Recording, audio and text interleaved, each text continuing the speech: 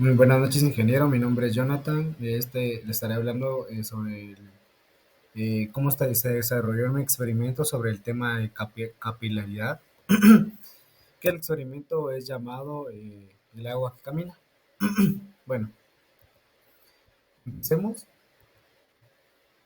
hablando sobre el principio físico-químico, que este se explica mediante las fuerzas moleculares.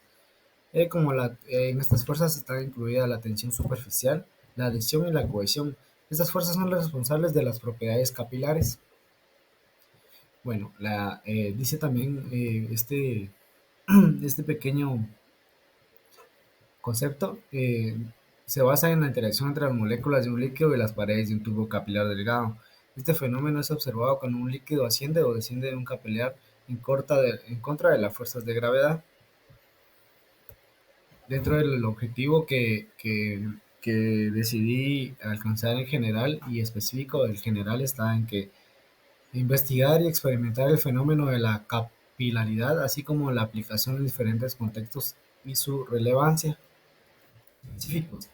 Analizar los principios físico-químicos que rigen la capilaridad y cómo se relaciona con las propiedades de los líquidos y las superficies.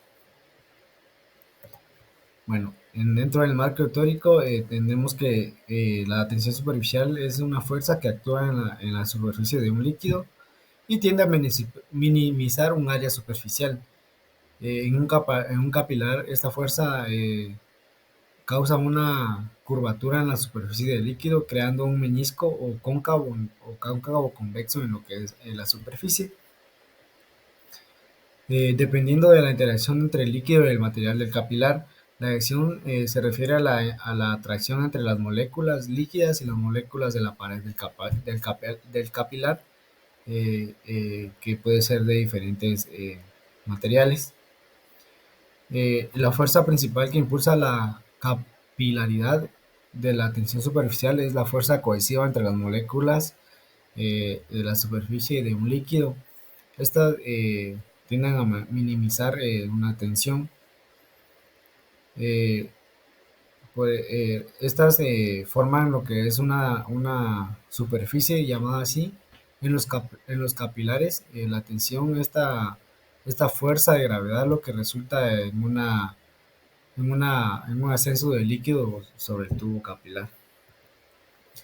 Dentro de la ecuación tenemos que h es la altura en el ascenso o en el descenso del capilar.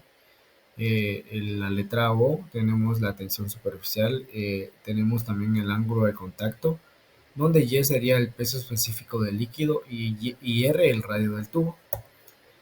Tenemos la ley de Joule, donde dice Joule que donde Y y B son la tensión superficial y la densidad del líquido, respectivamente, R es el radio del tubo, mientras que O es llamado el ángulo de contacto. Eh, Determinado en las tablas para cada sustancia, el ángulo del agua y del vidrio es igual a cero. Esta expresión muestra que cuando un menor radio en el tubo, mayor será la altura alcanzada, como podemos observar en la gráfica de la diapositiva. Los materiales que se utilizaron en mi experimento como reactivos fueron los colorantes y el agua. Materiales serían los vasos transparentes y las servilletas que se utilizaron. El procedimiento se llevó a cabo de la siguiente manera: llenar los vasos recipientes transparentes que les mostré, añadir colorante y agua a cada uno de los vasos, tomar dos servilletas de papel y hacerlas un rollo, creando así una forma más rígida y doblándolas a la mitad. Entonces se colocó una, un extremo de cada servilleta en cada vaso transparente con el líquido colorante y se observó el fenómeno de la capilaridad, como lo podemos observar en el video pasado. Muy interesante. Tenemos acá algunas fotografías de mi experimento, como les mostraba los materiales y cómo se llevó a cabo el desarrollo de este fenómeno. Bueno, aplicación en el área de química biológica.